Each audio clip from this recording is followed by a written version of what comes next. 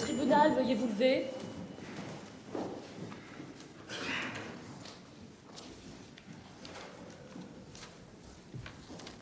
L'audience est ouverte.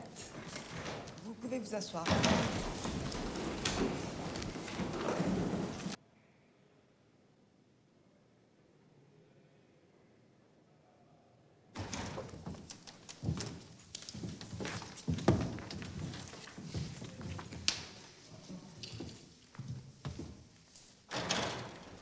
Vous êtes devant le tribunal à la suite d'une procédure rapide qui s'appelle la comparution immédiate.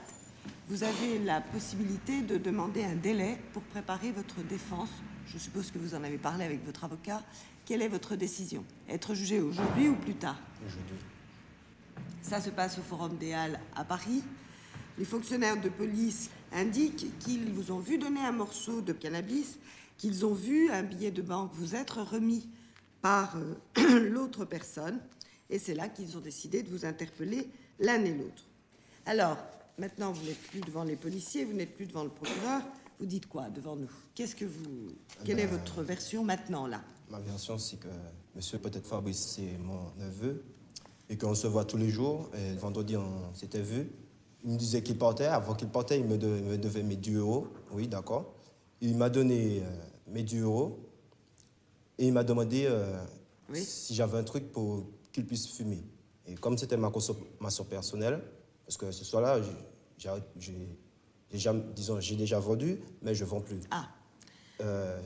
J'avais eu des problèmes comme ça avant, oui, j'ai déjà vendu. On verra vos antécédents après. Ben, donc, il vous rembourse, il vous donne 10 €, et il vous dit, t'as pas quelque chose un peu parce que j'ai envie de fumer, et vous donnez du cannabis. Oui. Mais c'est pas l'un contre l'autre, c'est deux événements qui se passent au même moment, mais qui n'ont pas de rapport. Non. Et sur vous, on trouve 380 €. Oui. Ça vient d'où? Ça, c'est mon argent. J'allais payer ma traite de voiture que j'avais en retard. J'ai le papier là aussi pour envoyer le mandat. Et mon argent, j'avais déjà mon argent puisque je suis arrivé un peu tard sur Paris pour faire 380 €. Je ne pense pas que j'aurais eu le temps de les faire. Les 380 € qu'ils ont trouvés sur moi. Bien. Asseyez-vous, Madame le procureur. Quelles sont vos réquisitions? Monsieur Sanal-Christophe, vous vivez au-dessus de vos moyens. Vous vivez au-dessus de vos moyens, monsieur Sanal-Christophe, et vous consommez au-dessus de vos moyens, parce que j'ai fait un rapide calcul. Vous nous avez légué 4 joints par jour, avec à raison de 20 € par jour. Ça fait 600 € à peu près de dépenser par mois pour subvenir à vos besoins toxicomaniaques, et l'on parlera après de non-dépendance des substances cannabinoïdes. Il vous reste pour vivre, j'allais dire pour payer votre voiture et la traite de 300 €. Il vous reste 300 €. Ces 300 €, vous ne les investissez pas à pourvoir au logement qui vous est pourtant offert, puisque vous êtes hébergé à titre gratuit. Ces 300 €, c'est votre argent de poche, monsieur, et on ne me coupe pas quand je requiers. Et vous le savez bien, puisque c'est au moins la 3e fois que vous comparaissez devant une juridiction, et surtout en immédiat, en comparution immédiate.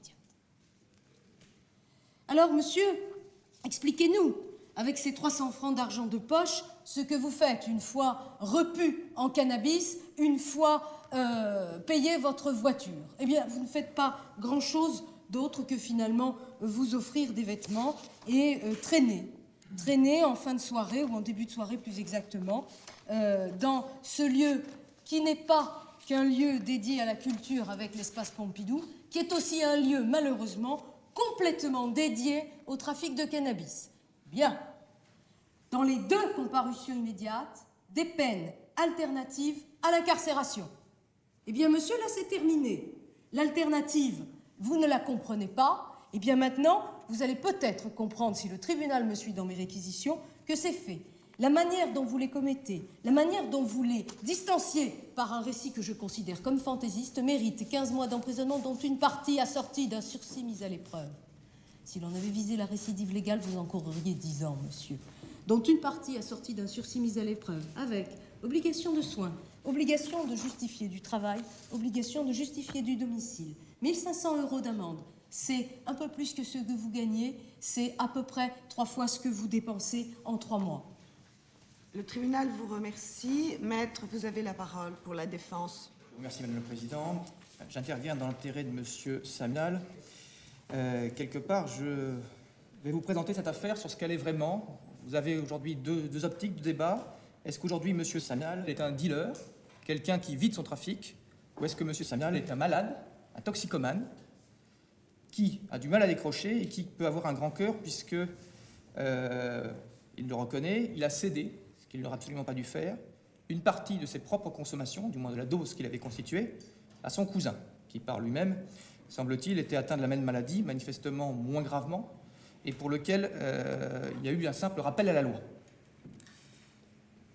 Madame le procureur a aujourd'hui requis en disant que M. Samuel vivait au-dessus de ses moyens. Quelque part, elle sous-entendait aussi qu'il vivait au-dessus des lois. En partie, c'est vrai.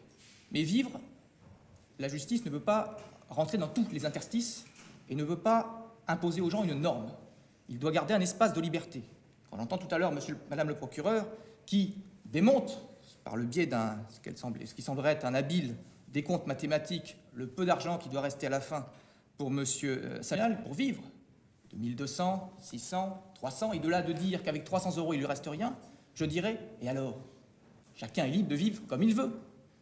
Si M. Samuel n'a qu'un plaisir, après la journée de travail, plaisir condamnable, je vais revenir là-dessus, mais n'a qu'un plaisir, c'est celui de fumer ses joints et ensuite de traîner au hall, la justice ne veut pas s'interposer et regarder ça.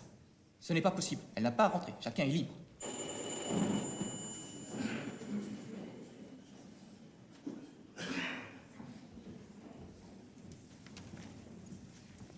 Le tribunal, après en avoir délibéré par décision contradictoire, vous déclare coupable des faits qui vous sont reprochés. En répression, monsieur, vous êtes condamné à la peine de 12 mois d'emprisonnement, se décomposant en 6 mois d'emprisonnement ferme et 6 mois d'emprisonnement avec sursis mis à l'épreuve, avec les 3 obligations de l'article 132-45, c'est-à-dire domicile stable, travail stable et obligation de soins pendant 2 ans. Le tribunal prononce votre placement sous mandat de dépôt. On va vous expliquer pourquoi, c'est assez facile. Les 3 faits précédents ont pesé très lourd et le tribunal a considéré que vous ne nous aviez pas dit la vérité en ce qui concerne votre cession. Par conséquent, même si vous avez un travail, on considère que les faits réitérés, c'est la 4e fois que vous comparaissez pour la même chose, expliquent la décision. Bien sûr, vous pouvez faire appel pendant un délai de 10 jours. Mais en tout cas, pour l'instant, vous restez en détention. Et si vous faites appel, on verra bien. Si vous ne faites pas appel, 6 mois de détention et 6 mois avec sursis mis à l'épreuve pendant 2 ans. Vous pouvez vous asseoir. Affaire suivante.